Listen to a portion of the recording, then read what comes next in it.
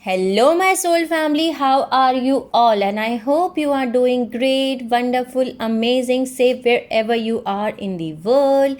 I welcome you all in my channel. Thank you so much for liking, sharing, and subscribing to the channel, for giving me lots of love. And I am very glad that I help you out in some manner. And I hope you must be working on yourself by activating your DNA strands, by activating your chakras, by doing your inner work and healing of your inner child wounds. And you must be working on yourself. If you have not subscribed yet to the channel, then please like, share, and subscribe to the channel. And you can also let me know in the comment section if you want to tell me anything. So let's start today's video, and today's video is the continuation of the series which we are doing it. Until now we have done part 17 and this is part number 18. So if you have not watched part number 1 to 17, so just go and watch part number 1 to 17 first before watching this part, because this is a continuation series and you will not be able to understand that what I am talking about if you have not watched this series in sequence. So let's start today's video. In previous part number 17, we get to know that how during the Atlantis sinking time frame, when the Atlantis was sink, there was a script which was made by that fallen angelic legions for the preparation of the stellar activation cycle, which we call as ascension cycle, or we called as target opening cycles. So there was a script which was made by the dark fallen angelics, okay, or the fallen angelics, okay. But there was also a plan which was made, okay, by the angelic legions, okay, by the guardian races, by the primary founder races. They also made a plan for the ascension okay, for the ascension cycle, for the stellar activation cycle, and they also started, okay, the preparation of the cycle.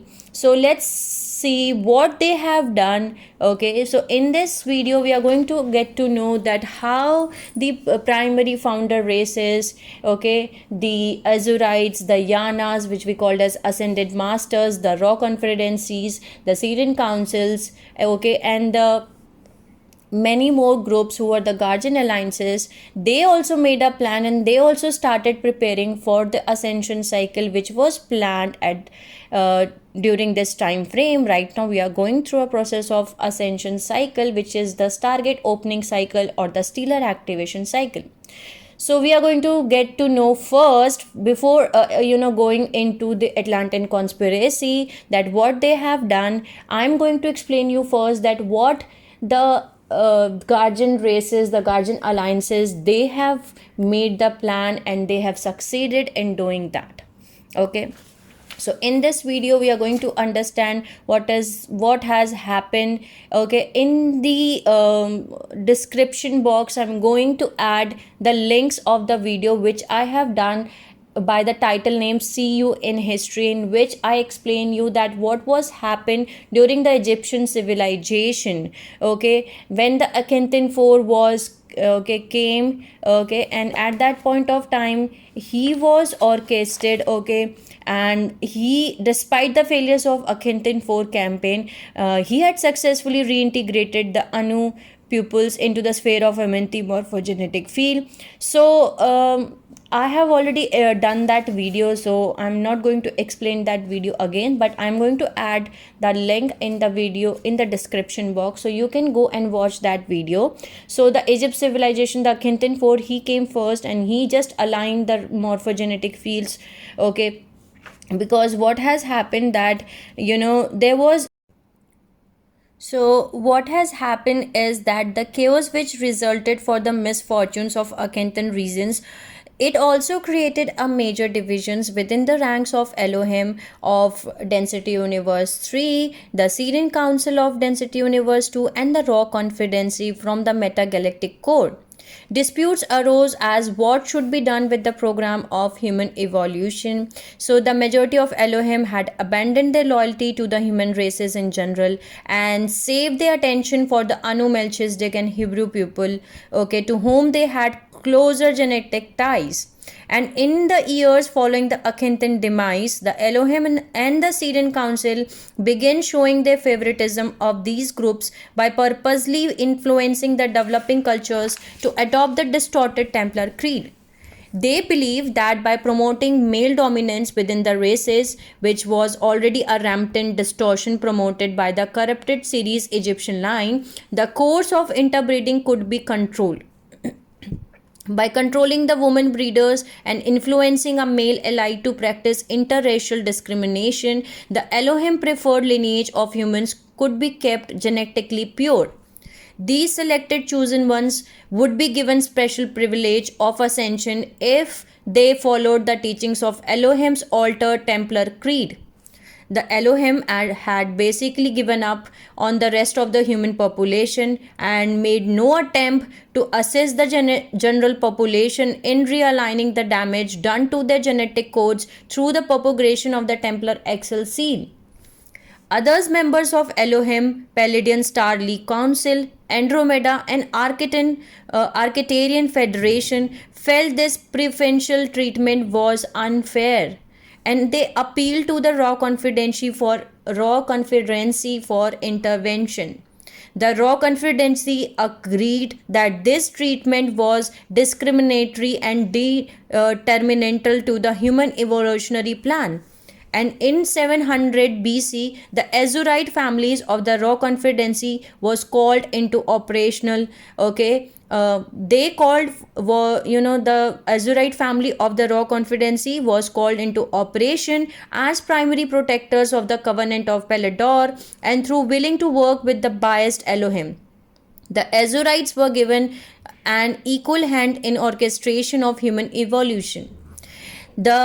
Their primary concern was to realign the morphogenetic fields of the sphere of Amenti, reintegrate all of the races who had been removed, and prepare for the races for another opening of the Hall of Amenti, which was scheduled in coincidence with the mass ascension wave of 2017 AD. The Azurites and Elohim worked together through the Melchizedek cloister, establishing the Essene Brotherhood about 1240 BC, which was originally designed to bring the undistorted Templar teachings of the Law of One back into manifestation on earth. The Essenes were originally one of the 25 families within the Melchizedek cloister race, and members of this family were interbred with the Hebrew cloister race to create a new Hebrew strain. The Essenes thus had two primary racial divisions of the Melchizedek cloister and those of the Hebrew mixed cloister lineage. Within the several generations, the biased Elohim took the project in their own hands, interbreeding some of the cloister Melchizedek families with the Hebrew Melchizedek and promoting the patriarchal Templar creed, which became the primary focus of the Essene Brotherhood teachings. By 1150 BC, the priests of Ur disassociated themselves from the primary families of the Essenes Brotherhood and began working with the few select families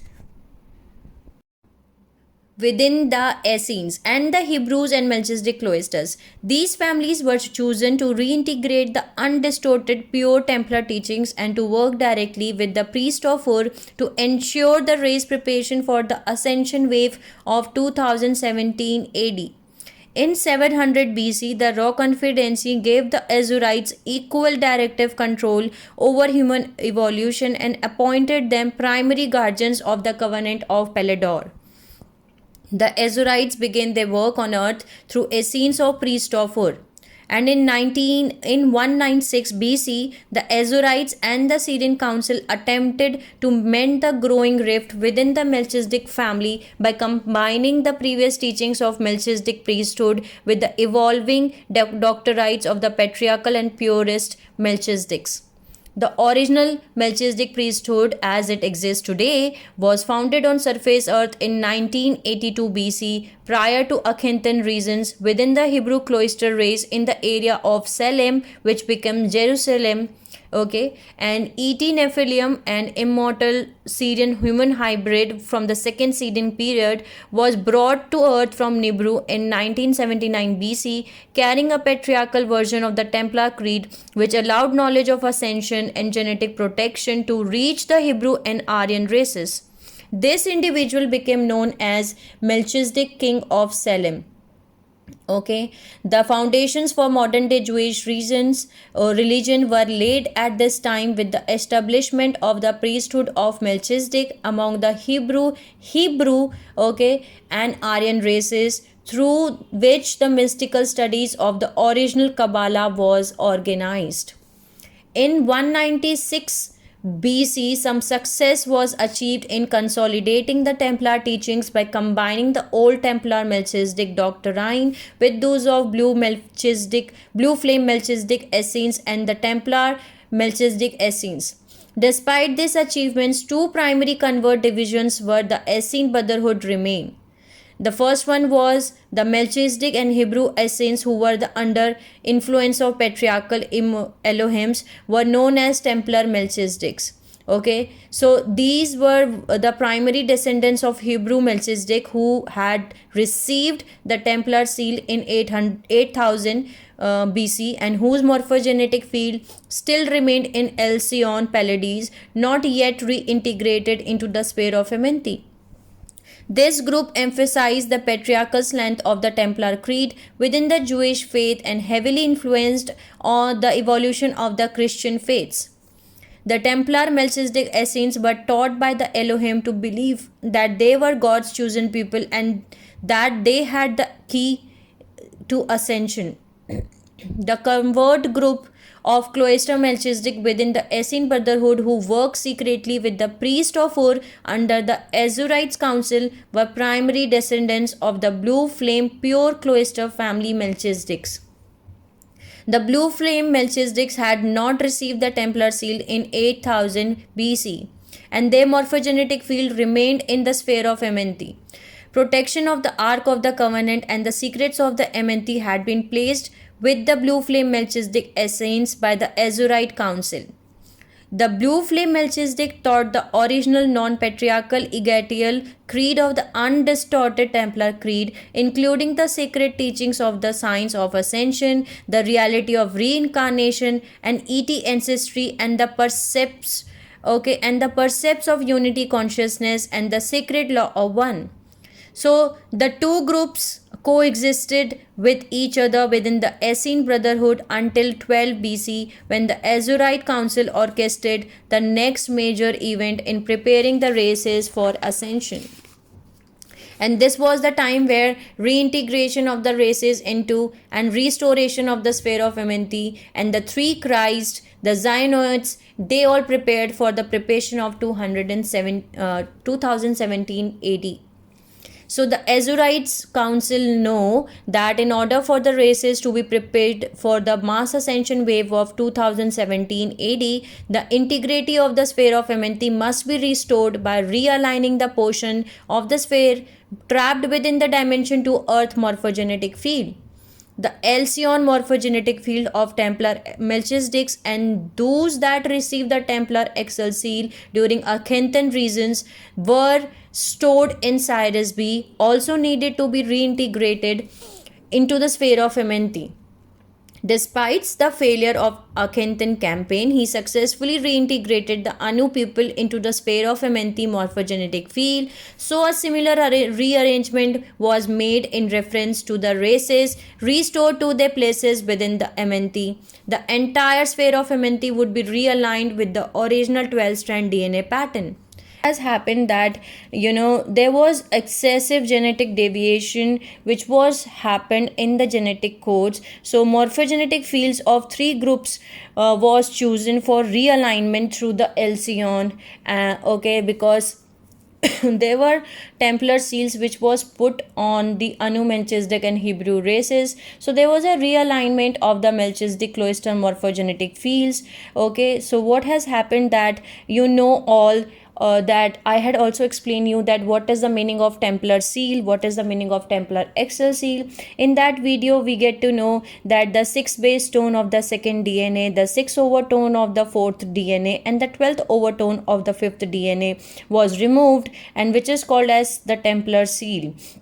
Okay, so this was the Templar seal and it was carried forward to 3 groups. Okay, they were having these genetic distortions, and the first group was Templar Anu. Okay, and the second one was the Melchizedek cloister race. Okay, and in the second group there are 2 groups more. There one was the Hebrew Melchizedek and the second was Anu Melchizedek. So the Anu Melchizedek and the Templar Anu were re-entered in MNT about 3300 years ago with the birth of Pharaoh Akhenaton IV or Amenophis IV. Okay, so he had successfully fulfilled his mission. Okay, and I have explained that in that video, so you can go and watch that. So now this was a time frame after the Akhenaton IV, that when the Hebrew morphogenetic field was realigned, and the morphogenetic field has to be entered into the sphere of MNT about 2000 years ago with the birth of the man we known as Jesus Christ. Okay, so now with the guardianship of the Ark of the Covenant, it was transferred from Anu, Melchizedek and Hebrew races into Syri's Egyptian and Melchizedek cloister races. But after the death of Tut, okay, the which we called as Tutankhamun, okay, the guardianship of the Ark of the Covenant was transferred from Egyptian hands to the Hebrew cloister races. Okay, so in this process the Azurites and Elohim, they worked together through the Melchizedek cloister race, establishing the Essene brotherhood. Essene was the original one of the 25 families within the Melchizedek cloister race. So Essene group was divided into 2 groups. The first one was Melchizedek cloister races and the second was Hebrew mixed cloister lineage. That was the hybrid of Essenes plus Hebrew cloisters. So the Raw Confederacy gave the Azurites equal directive controls over the human evolution and appointed them as primary guardians of the covenant of Palador. Okay, and also an ET which is extraterrestrial Nephilim, who was an immortal Syrian human hybrid from the second seeding project, was brought to earth from Nibru, and this individual known as Melchizedek king of Salem after the treaty of El Anu. Okay, so there was 2 primary divisions within the Essene brotherhood remained, and the first one was the Melchizedek and Hebrew Essenes, okay, who were under the influence of Elohim, known as Templar Melchizedek, which means that they contains the Templar seals. Okay, and the second group was Cloister Melchizedek, who worked secretly with the priest of Ur under the Azurite council, known as the Blue Flame Pure Cloister family Melchizedeks. So they did not contain the Templar seals. So these were the 2 primary divisions within the Essene, okay, brotherhood. Now, despite failures of the Akhenaton IV campaign, but he had successfully reintegrated the Anu pupils into the sphere of MNT morphogenetic field. So there was a similar arrangement which was made in reference to the Templar and Templar Axion seal races families. This time, not only would the races be restored to their place within the MNT, the entire sphere of MNT would be realigned with the original 12-strand DNA pattern. And this realignment of the sphere of MNT would allow all of the races to heal their genetic distortions in preparation for the opening of the halls of MNT, and would restore the integrity of the sphere of MNT so the halls of MNT could be open. So for this realignment project would require the service of a 12th level avatar whose energetic imprint contained the alignment of 12th dimensional frequency. And this 12th level avatar was to realign the sphere of Amenthi and the morphogenetic field of the Templar Seal, okay, Hebrew and Anu Melchizedek, and he was intended to bring together the factions within the essence that has developed within the Melchizedek and Hebrew cloisters.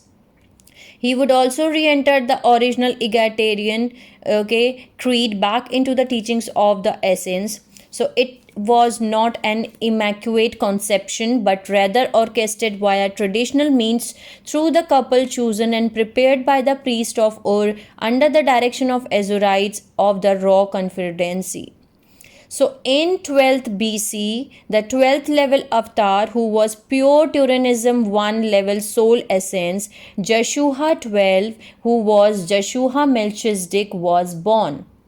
And his mother name was Geudi, Geudi. His father Johis, which is Joehius, and they both were the leaders within the blue flame Melchizedek ascendant, who later become known as Jesus Christ, son of Mary and Joseph. But the personifications of Mary and Joseph were not the parents of this avatar child. They were the parents of a 9th level avatar soon to be followed. So Joshua 12, was born to descendants of the house of Solomon and taken into infancy into the custody of the priest of Ur. Now, in 7 BC, the Elohim orchestrated the birth of a 9th level avatar who would serve to reintegrate the Templar Seal, souls of Cyrus B, back into the sphere of Amenthi and restructure the patriarchal Templar creed to be more reflective of the law of one. This child was named Joshua, which is Jeshua, here in Joshua 9, and the stories of his birth to the Hebrew Melchizedek essence, Mary and Joseph, was recorded as the birth of Jesus in contemporary Christian doctrine. Joshua was not born of an immaculate conception either, but rather through the visitation of an ET Nephilim who, like King Melchizedek had been, was a part of entity named Jehovah. The entity Jehovah was one of the original contributors to the creation of the Syrian Anunnaki races of Density Universe 2, which is dimension 4, 5 and 6, had worked with Elohim since the time of Treaty of El Anu 8,48,000 years ago. Joshua's mother Mary was also born of ET Nephilim conception. Following the events of Akhenaton reason, the Elohim did not want of ET ancestry available to the general human populations, so the truth of Joshua's birth was hidden within the story of the Immaculate Conception.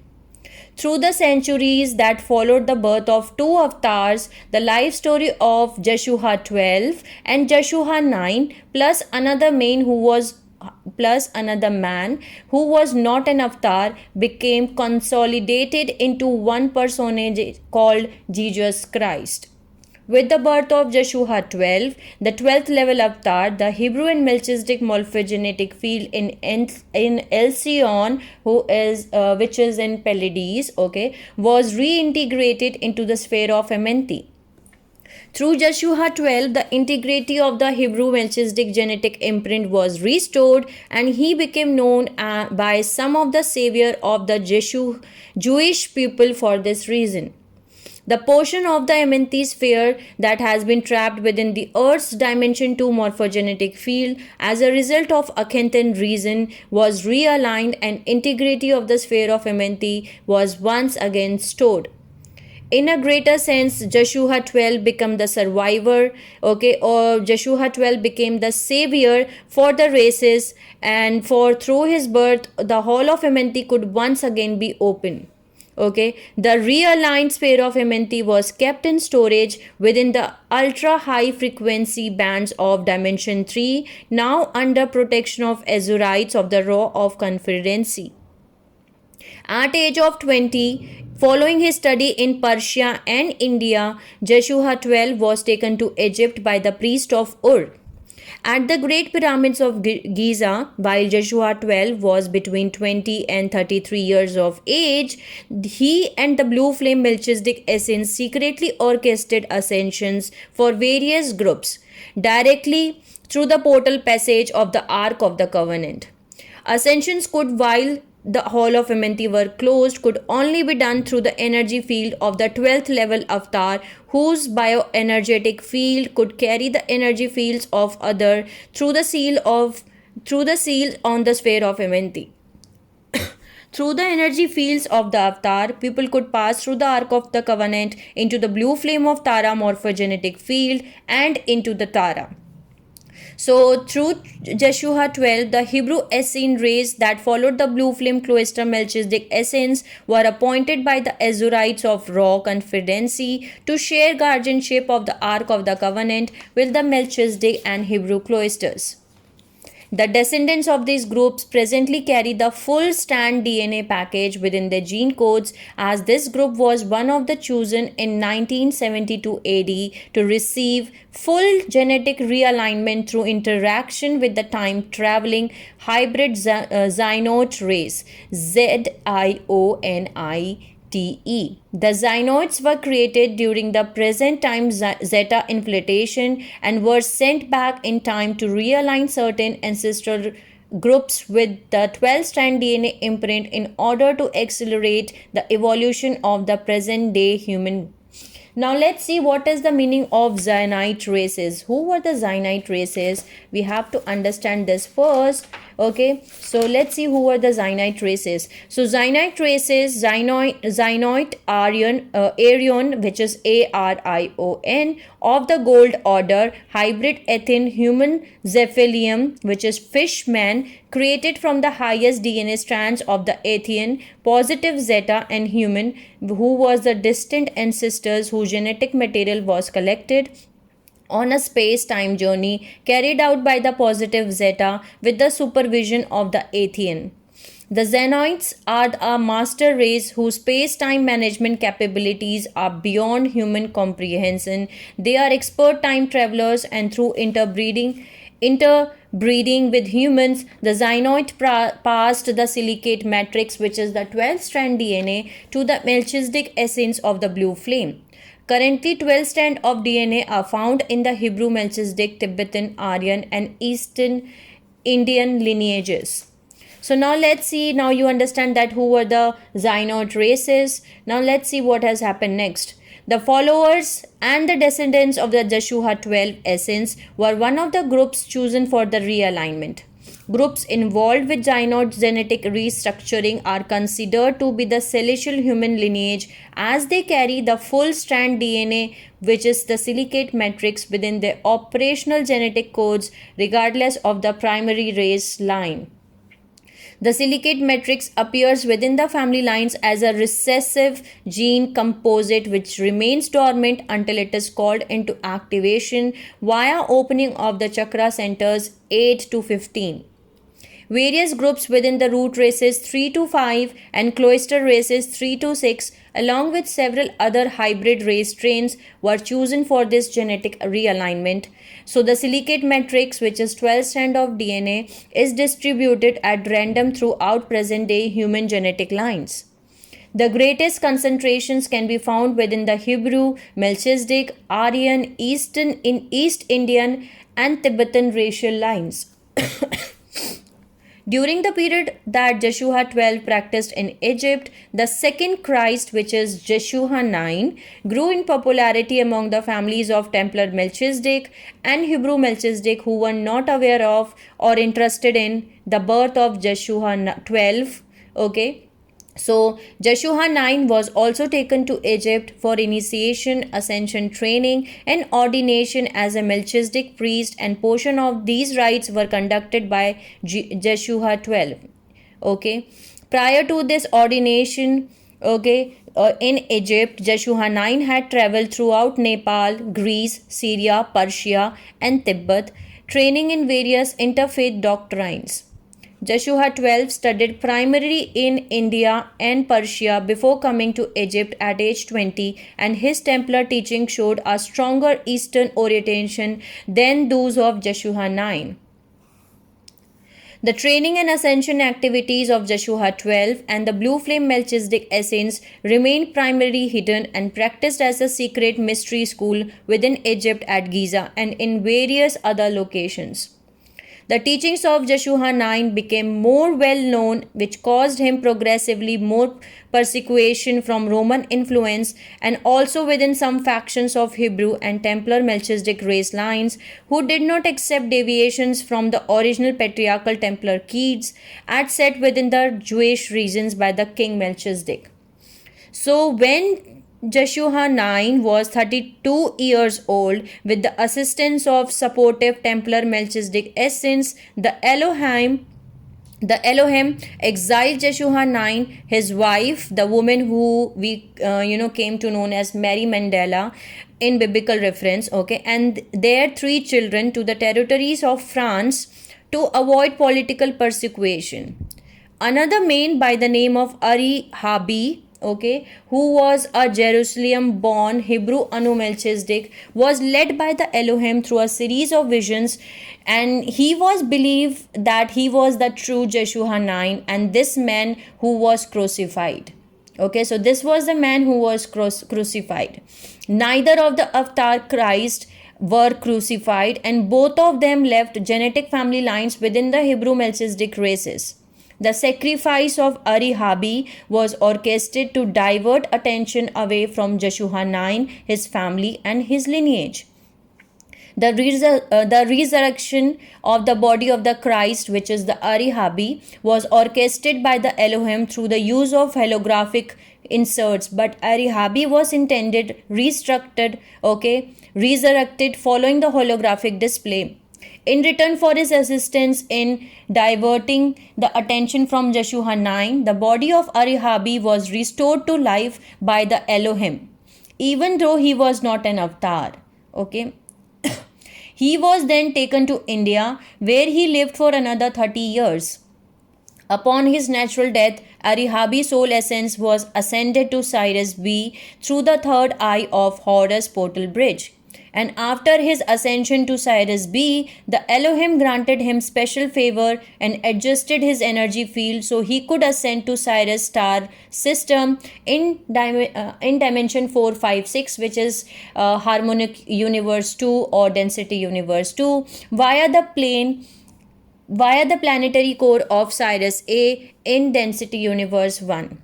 The story of Jesus Christ, as it is known as contemporary times, evolved through the mythology the Elohim used to conceal the identity of their avatar, Joshua 9, and to perpetuate their patriarchal slant on the Templar creed. The distortions of the true facts of the story were used to protect the lineage of Joshua 9 from the political persuasion, making it appear as that Christ had no descendants, thereby allowing those descendants to remain obscured from the public view. The teachings of Joshua 9 and the Templar Melchizedek become the primary founders for both the contemporary Jewish and Christian faith. But the Jewish religion did not acknowledge Joshua 9 as their savior.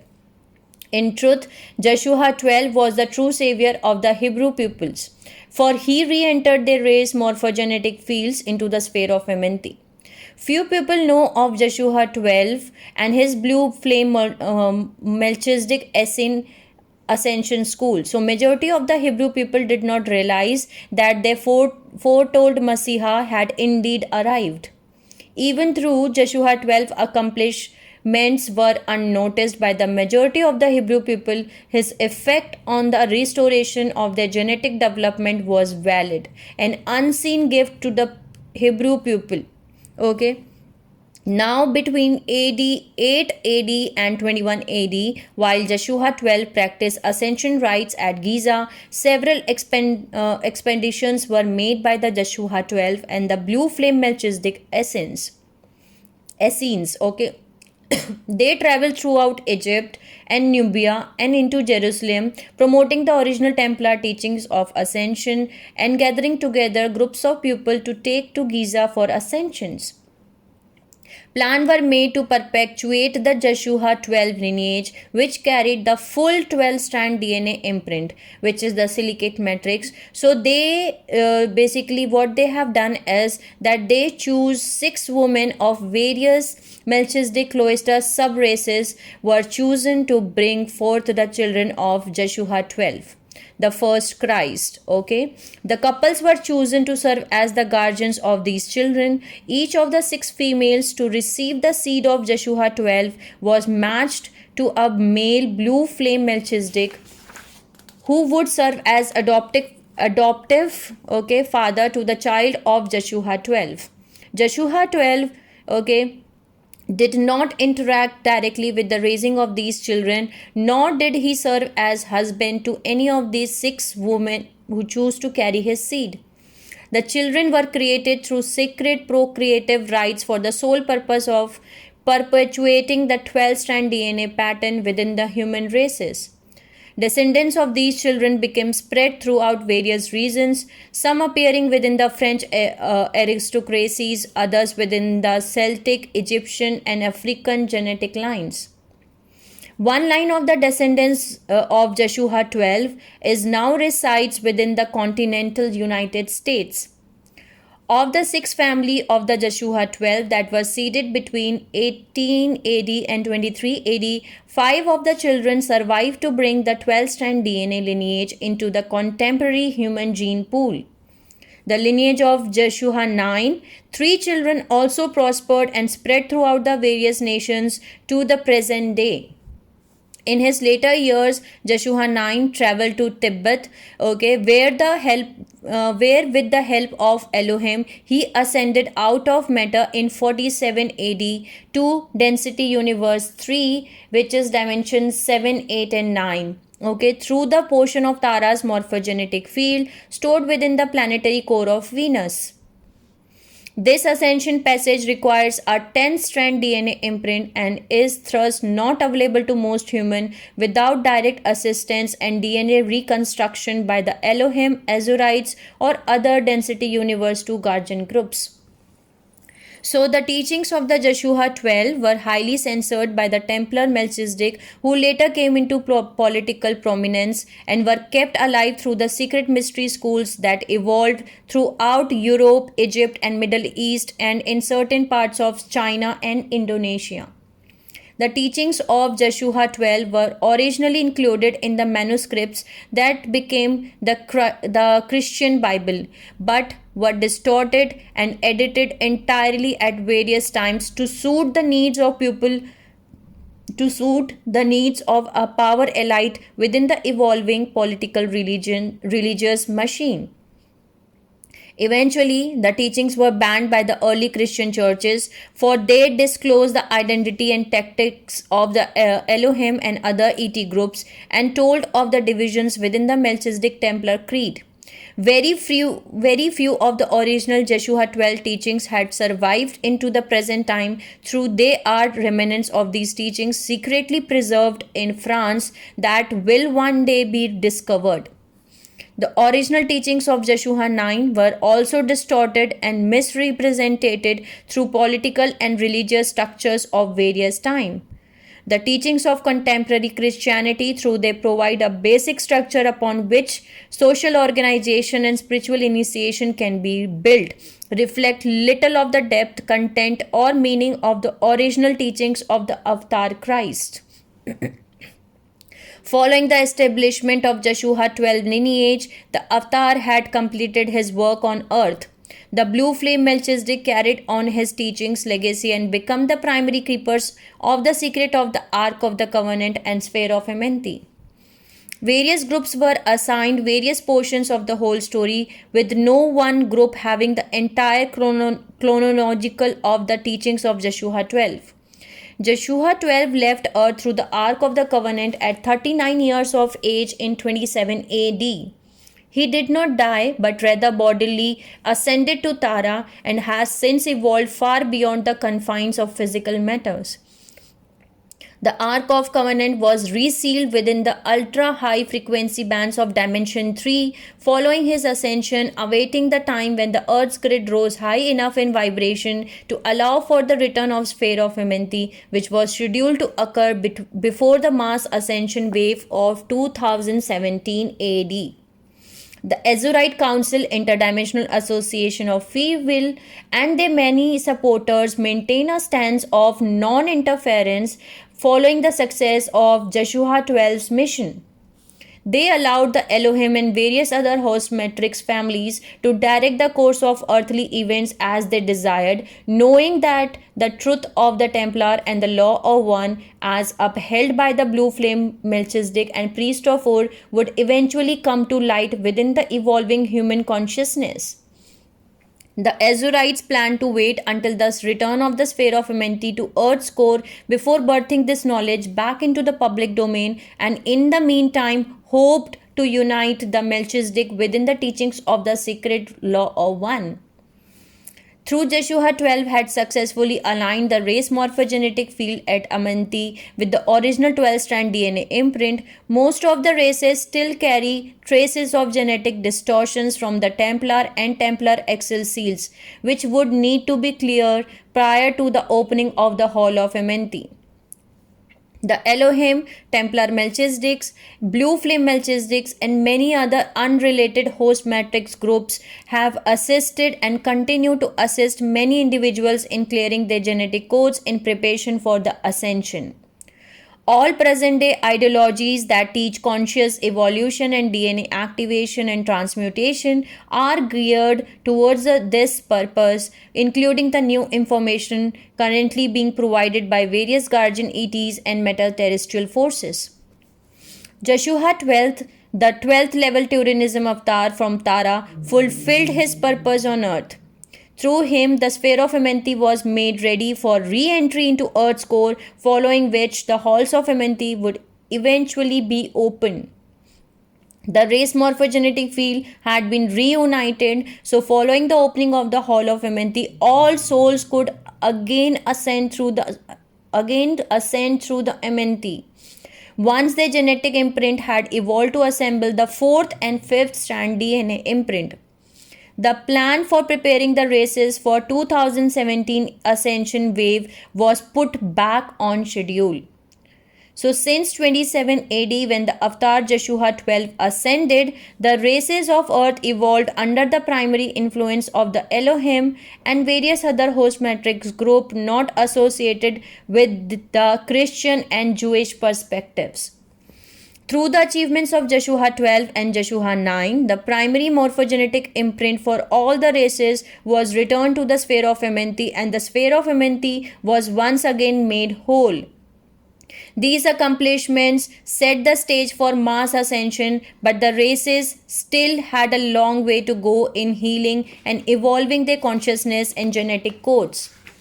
The frequency friends quarantine, which is the high frequency of Dimension 3 seal, still blocked Earth from open relationships with the interstellar communities, which we get to know that how the Earth become quarantine. The Ark of the Covenant Dimension 5 security seal kept all but the Melchizedek races strained from bodily ascension. The races still carried portions of Amenthi seal, DNA strand 1, 2 and 3 mutation, antiparticle death seal, the Peladorian seal, which is DNA strand 2 and 3 mutation, which is the dimension 4 seal, and the Templar seal, which is DNA strand 2, 4 and 5 mutation, which is the dimension 6 seal, and the Templar XL seal, which is DNA strand 1, 5 and 6 mutation, which is the dimension 7 seal, which we called as the 666 seal. Okay, within the genetic codes and the memory of human lineage still remain locked away within the Sphere of Amenthi in the ultra high frequency bands of the 3rd dimension.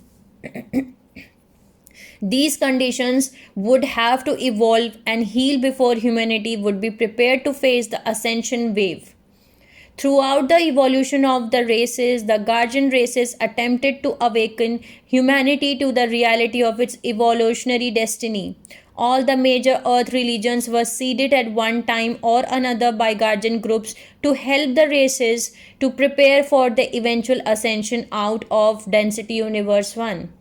Through the teachings are often quite different or seemingly contradictory, and all religions have suffered manipulation and distortions at the hands of men and convert introductor ET forces. They are united through the original purpose of achieving ascension and freedom from the illusions of matter. Okay. The secrets of Amenthi were ultimately kept under the protection of Blue Flame Cloister Melchizedek and the Hebrew Essenes who followed them, but the reality of Amenthi belongs to all of the races and the world regions. The sphere of Amenthi, Ark of the Covenant, and Hall of Amenthi represents the manifestation of the Covenant of Palador, which holds the evolutionary promise and progression for all races of the human lineage. It is the promise of humanity returning to the integrity of the immortal God being that is the original morphogenetic imprint of the human race. The promise of ascension is the hidden heritage and legacy of the human condition, the fulfillment of humanity evolutionary blueprint. So now you get to know that what is the meaning of three Christ, and neither of the Christ was crucified. Okay, they both ascended, and even they were having the children who carried the 12 strand DNA imprint, the 9 strand DNA imprint, and they forwarded it into the next generations. So this was done, and this was a real story of the Christ, okay, which we call as Jesus Christ, okay. And now we get to know that what they have done, okay, the guardian races, what they have done, okay, for preparation of the activation cycle during the Akhenaton 4 and also during the Jesus Christ time frame.